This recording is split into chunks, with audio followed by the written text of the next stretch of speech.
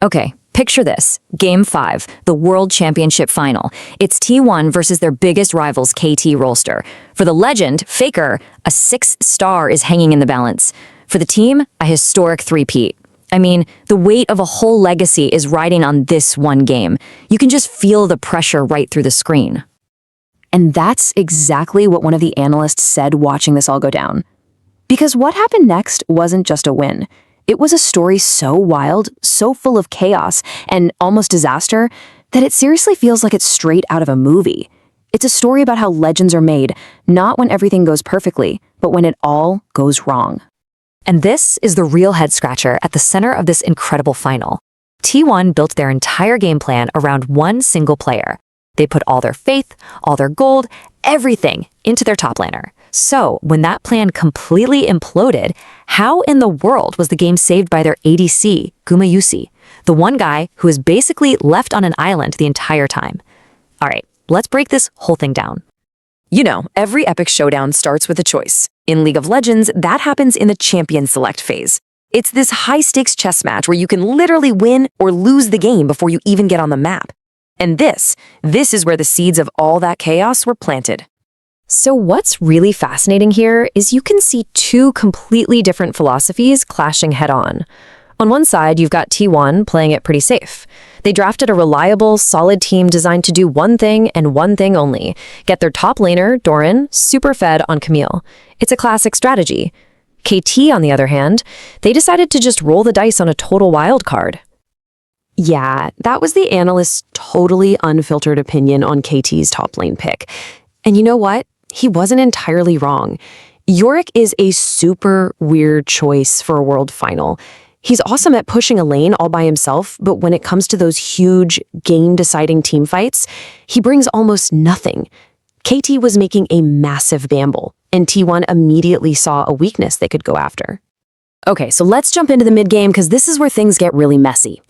T1 had a brutally simple plan: punish that Yorick pick. But as they poured everything they had into making that plan work, their whole game started to fall apart. I mean, right from minute 1, T1's entire focus was on the top side of the map.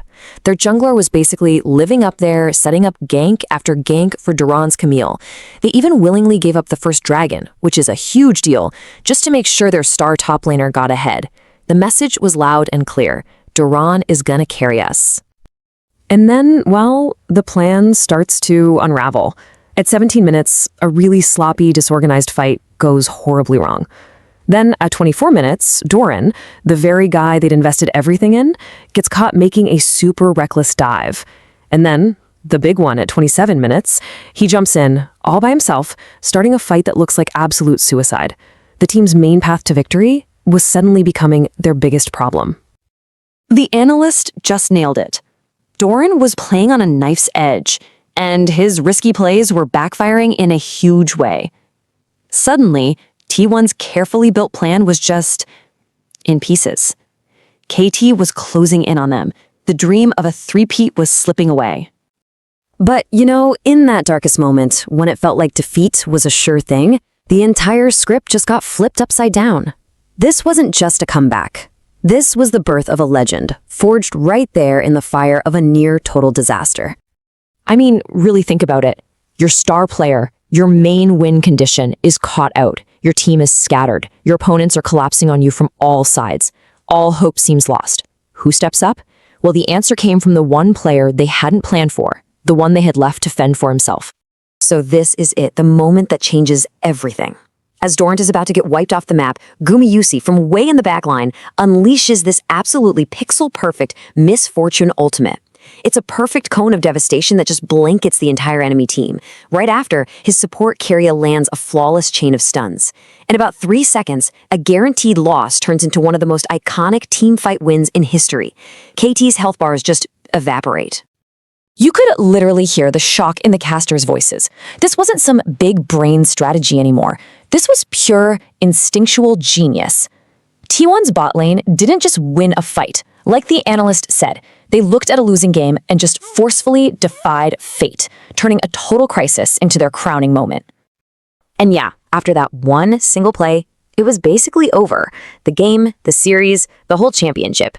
The momentum shift wasn't just a shift. It was a tidal wave. T1 had stared defeat right in the face, and now they were marching towards their throne.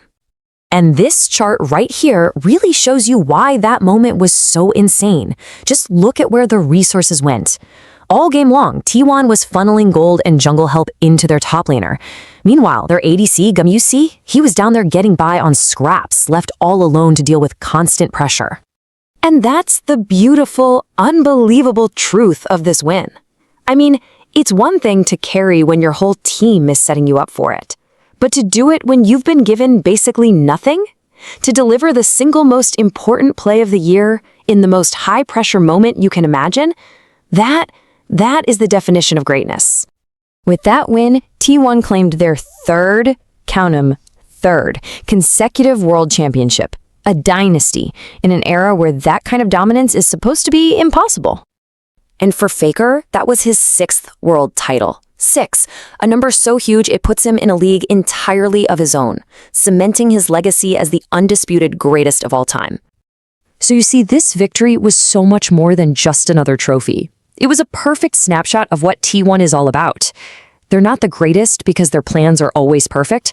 They're the greatest because they have the skill, the calm under pressure, and the unbreakable will to win even when their plans are shattered into a million pieces.